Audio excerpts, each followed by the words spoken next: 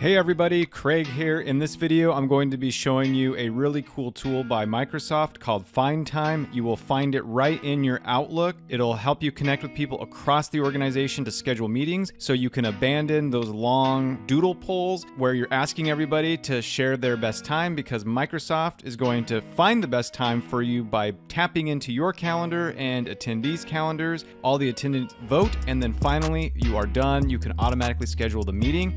Let's take a look at this really cool tool.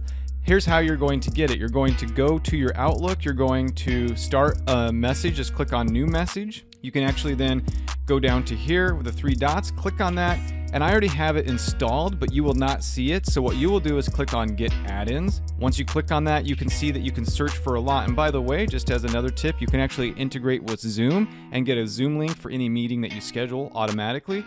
But let's go ahead and type FindTime. That's going to pull that up. You click on that, and then you can actually add it. You can remove it if you ever decide that you don't want it, and so forth. So what I've actually done is already started a email. You will see here I've invited Sandy and Promise. These are folks that I work with, and I said let's just schedule a coffee meeting for whatever reason. And now what I'm going to do is go to those three dots again. I'm going to click Find Time. It's now tapping into their calendars. It's going to pull up recommendations for when we should meet based on our availability. We can have a 15-minute all the way up to an 8-hour or more meeting. Let's say that we want to meet for coffee for 1 hour. What it's going to do is say, okay, on the 16th, this is when folks are available. You will note that I am not available, so that's not going to work. And you can see then when others might be available. You can go ahead and scroll to, say, the 23rd, and it's going to show when everybody's available. And hey, look here, 8 a.m. looks like a good time, 12 p.m., and not seeing anything, but maybe I can reschedule, or I want to choose a different date. Let's go all the way to the 30th when we're all available multiple times. Let's click on that. Let's say that I have no preference. You get the point. You can play around with what schedule works. Then it's going to have options for you in terms of location. So I could type in Starbucks there, Student Center. Then I can actually say, do I want to be notified about poll updates? Should I go ahead and schedule automatically once everybody sort of says this is when we're available? Should I hold all of these times on my calendar? This is where it would add a tentative time for you, and then once it gets scheduled, it'll remove those times from your calendar.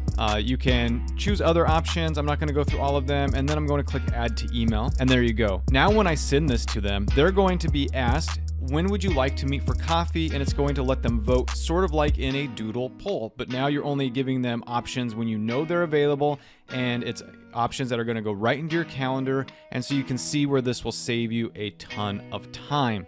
Let's go ahead and look at what the results would look like. So if I jump over to an email, so I scheduled a meeting with Will Clark, the Office of Information Technology Interim Director. And you can see here I gave him 4 options. And not only was he available on all the options I gave, because I had already seen his calendar, he was able to select the one that he most preferred, and then it went automatically into the calendar. So again, you might have people who aren't using their calendar and blocking off times that would vote against a time that is saying when they are available. I think the use cases for this amazing tool would be scheduling things like dissertation defenses, thesis defenses, any sort of ad hoc meetings, committee meetings, so on and so forth. You can see just how valuable this will be. Of course, you need to be making sure that everybody that you might be scheduling with is using their Outlook calendar. This is a tool that is available for you in the Outlook client if you're using the desktop client. I use Outlook on the web for all of my SIU emails for my organization, but hey, you can install it if you are using the app on your phone or the app on your computer. So hey, if you found this video helpful, be sure to subscribe, and until the next one, I do hope that you have a wonderful day.